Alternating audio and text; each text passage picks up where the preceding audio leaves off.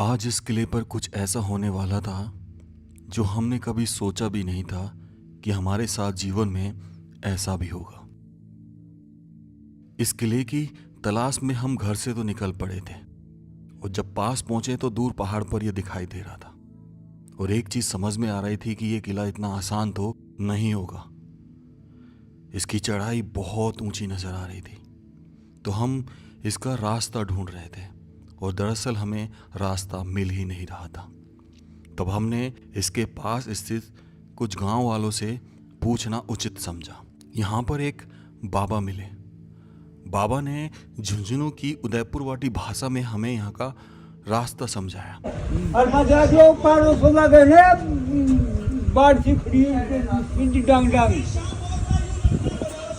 अच्छा। और हमें सिर्फ 1% समझ में आया। यही हमारी गलती थी कि हम पूरा रास्ता बिना समझे ही आगे निकलने वाले थे। लेकिन फिर भी हमने कहा कि बाबा के जो पोते हैं आदित्य, क्या हमें वो गाइड कर पाएंगे। हमने रिक्वेस्ट की और आदित्य हमारे साथ चल पड़ा। लेकिन हमको भी नहीं पता था कि आदित्य भी पहली बार इस किले पर जा रहा है। जो हमने पूछा कि आदित्य भाई अब कहाँ से जाना है, तो क्या ही बताया तेरे को, कहीं बताया हमको तो ना पता, हमको समझ ही ना आई। तो हम सरप्राइज थे, सच में सरप्राइज थे। लेकिन बहुत सारे किले चढ़ चुके थे तो हमें लगा कि ये किला भी आ जाएगा और यहीं से हमने गलती करना स्टार्ट कर दिया। इस किले की चढ़ाई जैसे जैसे हम पास जा रहे थे ये किला गायब होता जा रहा था, बिल्कुल डिसअपियर हो चुका था। किला दिखाई ही नहीं दे रहा था। जब हम पहाड़ पर चढ़ रहे थे, एक पहाड़ से दूसरे पहाड़ पर जाना था और रास्ता इतना दुर्गम कि आपको क्या बताऊं, रास्ता तो था ही नहीं, सिर्फ झाड़ियाँ ही झाड़ियाँ। झाड़ियों के बीच में से जाना, कांटों को लगना बहुत डिफिकल्ट हो गया था। तकरीबन आधा घंटे चढ़ते हुए हो गए थे और अचानक रास्ता आगे जाके बंद हो जाता है। सिर्फ नजर आती हैं तो झाड़ियाँ।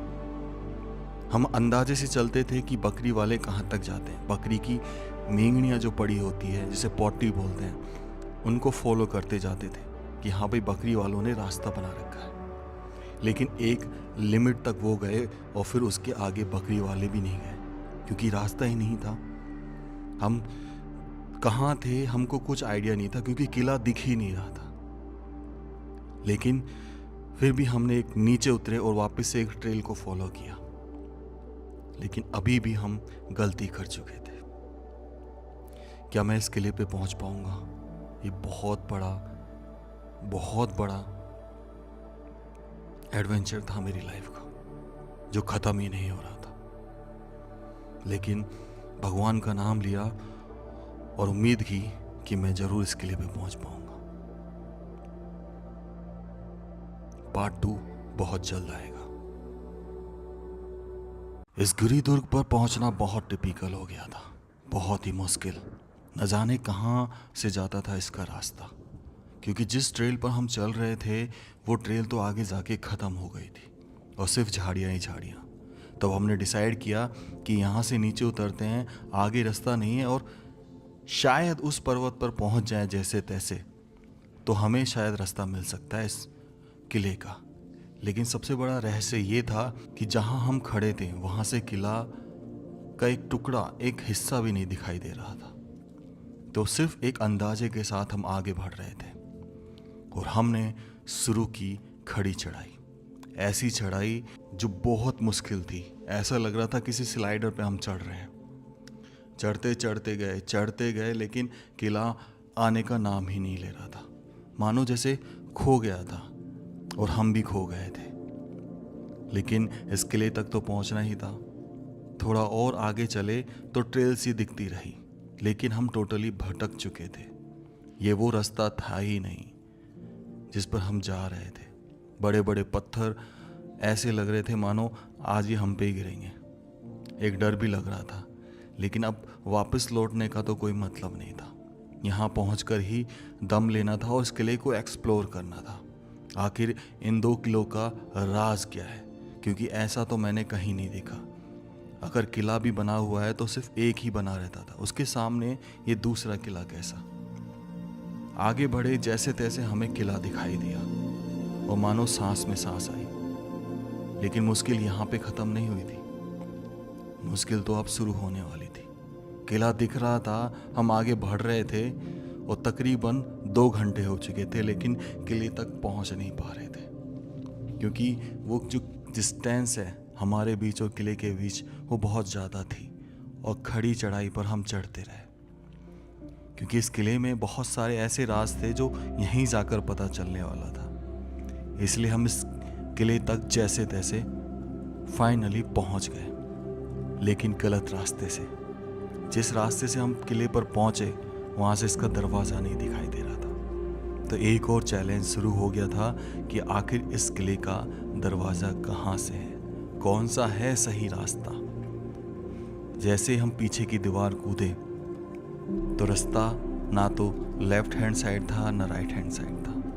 राइट हैंड साइड पे तो दीवार में कोई गेट नज़र नहीं आ रहा, तो हमने लेफ्ट हैंड साइड जाना उचित समझा, झाड़ियों के बीच में से। अब आप ये सोच रहे होंगे कि किले तक तो पहुंच ही गए, गेट भी मिल जाएगा और मुश्किलें यहीं पे ख़त्म हो जाएगी। लेकिन शरीर में जान बची नहीं थी और किले को एक्सप्लोर करना था, यानी कि असली चैलेंज तो अब शुरू होता था जब हम इस किले के दरवाजे तक पहुंचेंगे। रहस्य यही था कि ये किला खुद एक रहस्य बन गया। क्या मैं इस किले को एक्सप्लोर कर पाऊंगा, इसका दरवाज़ा ढूंढ पाऊंगा?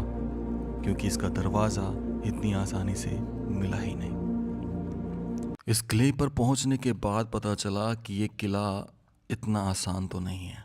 किले पर आप पहुंच भी जाओगे तो इसका दरवाज़ा ढूंढना बेहद टिपिकल। हम इस किले के चारों तरफ घूमे, जब चौथी साइड जाकर पहुंचे तो दरवाज़ा दिखाई दिया। लेकिन असली राज इस किले का तो अब शुरू होता है जब हम इस किले के अंदर गए तो बीच में कुछ ऐसी चीज़ दिखाई दी जिसकी सीढ़ियाँ नीचे जा रही थी। नीचे जाने के लिए उत्साहित था, आखिर इसमें ऐसा क्या है। लेकिन हमारे साथ गया आदित्य, जो इसी गांव का लोकल निवासी था, उसने हमसे कुछ कहा।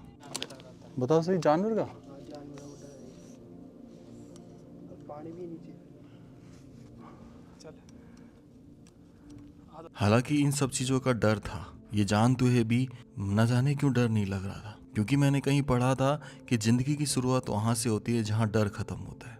तो जानवरों का खतरा होते हुए भी मैं नीचे उतर गया और जब नीचे पहुंचा तो मैं बहुत चक्का रह गया। ये थी इस किले की सबसे बड़ी बावड़ी, एक पानी का स्टोरेज, और ऐसी टेक्नोलॉजी के साथ बनाया गया कि किले का पूरा पानी इसी के अंदर आता था। जब इसको देखा तो पानी अभी भी था।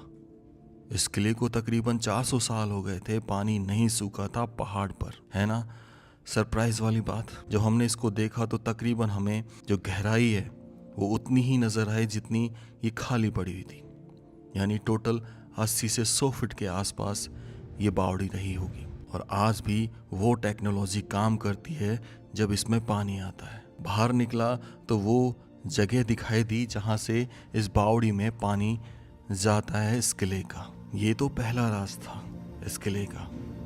अब हम बढ़ने वाले थे इसके बुर्ज में। इस किले में टोटल 4 बुर्ज थे, लेकिन एक सही सलामत अभी भी था। तो उसी को जानने के लिए जब मैं उसके नीचे वाले तल पर गया, यहाँ पर मैं बिल्कुल चौंक जाने वाला था। और फिर से आदित्य ने कुछ कहा, और ये हम सैन्य बुर्ज में घुस रहे हैं। बहुत बदबू आ रही है यार। हट तो आगे तो आ दिनेश है तो बहुत आगे क्या है। चल रहे आ जा। ये आगे तो ज़्यादा फट रही है कुछ। बार बार आदित्य के कहना सही था, बिल्कुल सही था। कोई भी होता तो हमें कहता कि आगे मत जाओ, जानवर हो सकते हैं, और होते भी हैं। लेकिन क्या मैं यहाँ से वापस चला जाऊँ? ऐसा तो नहीं है। अगर नहीं दिखाऊंगा तो फिर क्या मतलब रहा यहाँ तक पहुँचने का। इसलिए मैंने डिसाइड किया कि मैं आगे जाऊँगा। और जैसे मैं धीरे धीरे आगे बढ़ रहा था तभी अचानक ये होता है।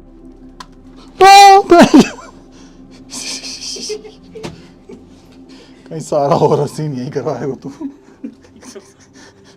मैं वैसे डर रहा हूँ, मैंने कोई तेंदू तो ना बैठो। इस चमगादड़ के अटैक से हम सब डर गए थे, बहुत डर गए थे, मानो कि आत्मा बाहर आ गई हो। और फिर भी मैंने धीरे धीरे आगे बढ़ने का फैसला लिया। ये बुर्ज जो था सैन्य बुर्ज, इसमें तहखाना बनाया गया। हालांकि इसकी छत टूट चुकी थी और ये तहखाने इसलिए बनाए गए थे कि छिपकर वार किया जा सके अगर कोई इस किले पर बुरी दृष्टि डाल रहा है तो। हम इस नीचे वाले तल से बाहर निकले, अब बारी थी ऊपर वाले तल की।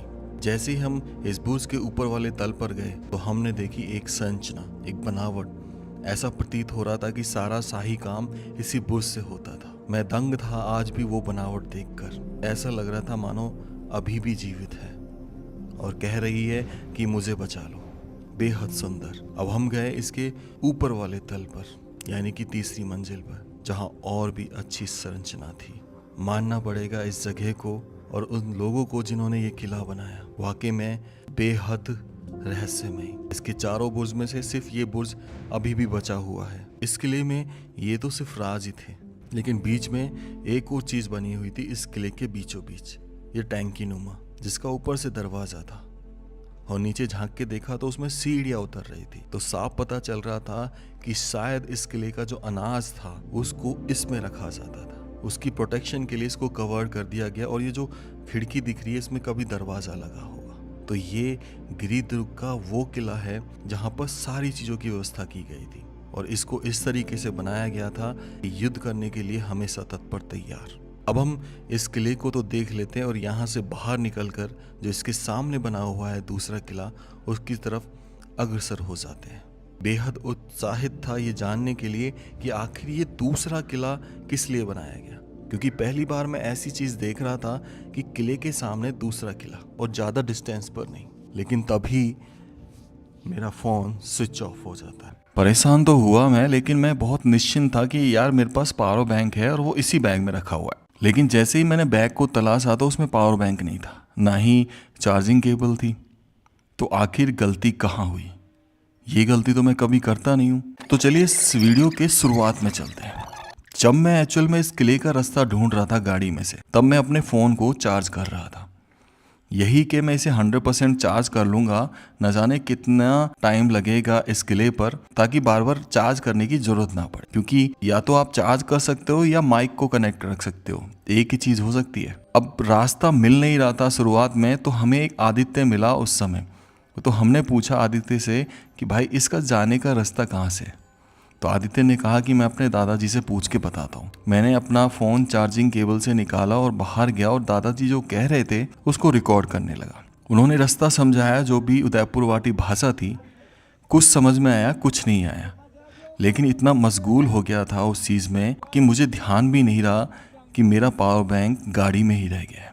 तो मैं आदित्य के साथ मोटरसाइकिल पे बैठा और निकल पड़ा बैग लेके। तो ये गलती हुई जिसका भुगतान मुझे अब करना पड़ रहा था। तो अब हालात ये थे कि किला दिखाना है, मैं तो देख लूँगा, चलो ठीक है, लेकिन आपको कैसे दिखाएं? तो दिनेश जो मेरा कैमरामैन है और आदित्य जो हमारे साथ गया, तो इन दोनों के मोबाइल मैंने चेक किए कि किसका कैमरा बेटर है, और दोनों के कैमरे में से आदित्य का कैमरा मुझे सही लगा, लेकिन ख़राब दोनों ही थे। लेकिन फिर भी दिखाना तो था ही, तो मैंने आदित्य का कैमरा लिया और शूटिंग स्टार्ट कर दी। तो इस वीडियो को अब देखिए, थोड़ा सा 2 मिनट की वीडियो है, पर देखिए इस किले को कि कैसा दिखता है अंदर से। पर शायद आपको मज़ा ना आए क्योंकि क्वालिटी बहुत डाउन थी इस कैमरे की और अल्ट्रा वाइड एंगल भी नहीं था इसमें। दोस्तों मेरा मोबाइल जो है शट डाउन हो गया है और मैं इसको आपको इससे दिखाने की कोशिश कर रहा हूँ। इसमें 1x है, 0.5 नहीं है, सॉरी।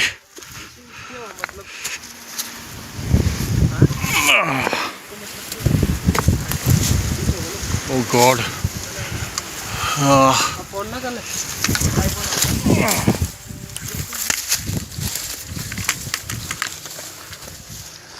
गलत गया आप।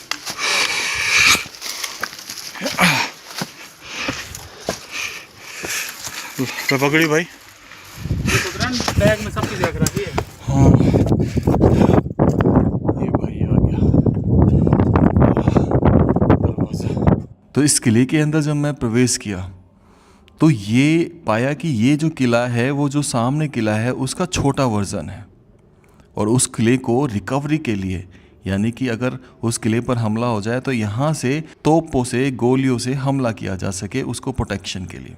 तो जैसे कि हर किले में पानी का स्टोरेज होता है तो इसमें भी होना चाहिए था। ओके,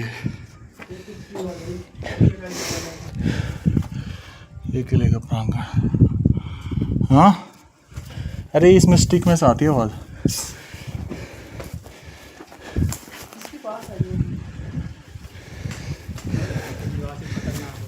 ये टाँका है शायद, है ना? और हम सही भी थे, इसमें भी एक बीचों बीच बावड़ी बनी हुई थी जिसमें बारिश का पानी इस पूरे किले का इसमें आता था, लेकिन ये बावड़ी ज़्यादा गहरी नहीं थी। तो छोटे किले के अनुसार ये छोटी बावड़ी और पेड़ पौधे बहुत ज़्यादा उगे हुए थे, जिसकी वजह से हम अंदर नहीं जा सके किसी भी कमरे में, बहुत छोटे छोटे कमरे। इस चीज़ को देखकर काफ़ी खुश हुआ मन, लेकिन थोड़ा सा दुख भी कि मैं आपको बेस्ट कैमरे से नहीं दिखा पाया। माफ़ी चाहता हूँ, गलती हुई उसके लिए। लेकिन अभी तो सोच रहे होंगे कि अब क्या, व्लॉग को एंड कर देते हैं, लेकिन असली कहानी तो अब शुरू होती है। तकरीबन इस किले पर हम चढ़े थे 2 घंटे में, रास्ता भटकते हुए। पानी 2 लीटर की बोतल थी जो ऊपर आते आते ख़त्म हो गई थी, और 2 घंटे ही हमको ऊपर हो गए थे, और टाइम हो चुका था लगभग 4 बजे का शाम का। अब हमें उतरना था, तो हमने ड्रोन से रास्ता देखा और एक अंदाज़ा लगाया कि ये रास्ता नीचे उतर रहा है, तो ये शायद सही रास्ता है, इससे नीचे उतरना चाहिए। लेकिन इस रास्ते पर हम चलते चलते भटक जाएंगे, इसका बिल्कुल भी अनुमान नहीं था। तो हमें जाना था एक्चुअल में बाहर की तरफ, और हम उतर गए इस रास्ते को फॉलो करते करते नीचे बिल्कुल ढोंड में, जहाँ पेड़ ही पेड़ पर आकर ये रास्ता ख़त्म हो गया। और हमको बज चुके थे 5:30, और आधे घंटे में अंधेरा छिपने वाला था।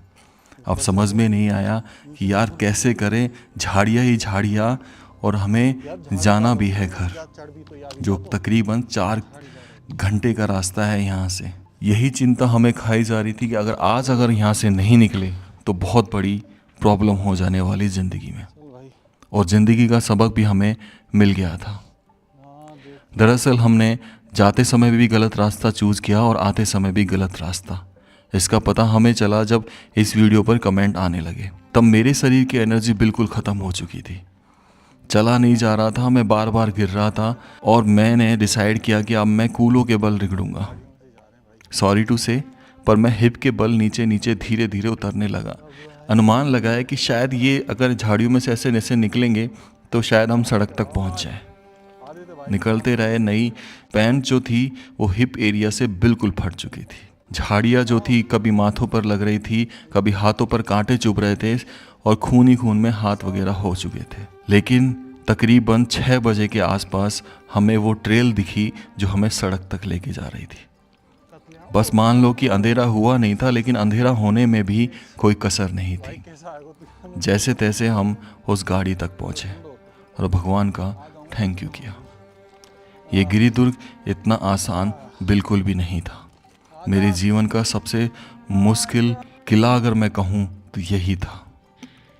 लेकिन इतना खुश ज़रूर हुआ कि जिस काम के लिए मैं निकला था वो मैं कंप्लीट कर पाया, क्योंकि मैंने कहीं पढ़ा था, फिर मैं कह रहा हूँ कि ज़िंदगी की शुरुआत वहाँ से होती है जहाँ डर ख़त्म हो जाता है। इसीलिए शायद मैं इस किले को डिस्कवर कर पाया, इसके एक एक राज को मैं खोल पाया। अगर आपको वीडियो अच्छी लगी हो तो प्लीज़ अपने कमेंट ज़रूर रखिएगा। क्या इम्प्रूवमेंट कर सकता हूँ अपनी इस वीडियो में, वो भी बताइएगा। राम राम सा सभी को। खंबा गनीसा राजस्थान, मेरा देश मेरा भारत। आप स्क्रीन पर एक QR कोड देख रहे होंगे। इसे लगाने के पीछे एक रीज़न है। मैं काफ़ी प्रयास कर रहा हूँ अपनी कठिनाइयों से निकलने के लिए। नहीं चाहता कि कोई मुझे डोनेट करे, लेकिन मजबूर हूँ क्योंकि मेरा फ़ोन अब हीट करने लगा है और रिकॉर्डिंग के समय बार बार बंद हो जा रहा है, जिससे मेरे काम करने में रुकावट आ रही है। अब मुझे एक नया आईफोन लेने के लिए तकरीबन 1 लाख रुपए इकट्ठे करने होंगे, जो मेरे पास अभी नहीं है। अभी फ़िलहाल मैं iPhone 14 Pro यूज़ कर रहा हूँ, जिसका लगता है कि बहुत जल्द साथ छूटने वाला है। अगर आपको मेरा प्रयास, आपको लगे कि मैंने वीडियो में वाकई मेहनत की है, तो आप इस अमाउंट को इकट्ठा करने में मेरी मदद कर सकते हैं, जो भी आप डोनेट करना चाहें। लेकिन कोई ज़रूरी नहीं है, किसी पे कोई फोर्स नहीं है। आप ना भी करेंगे तो मेरे लिए सबसे बड़ी जीत यह है कि आपने मेरी वीडियो अंत तक देखी। यही मेरे लिए बहुत बड़ा सपोर्ट हो। और सबसे मैं यही रिक्वेस्ट करूंगा कि प्लीज़ प्रे करना कि ये वीडियो इतना चले कि मैं इजीली 1 लाख रुपए कलेक्ट कर सकूं अपनी वीडियो के अर्निंग के थ्रू, और एक नया फ़ोन लेने के बाद कंटेंट को और बेहतर बना सकूं। इससे प्लीज़ मुझे गलत मत समझना। राम राम सा सभी को। खम्मा गणिसा राजस्थान, मेरा देश मेरा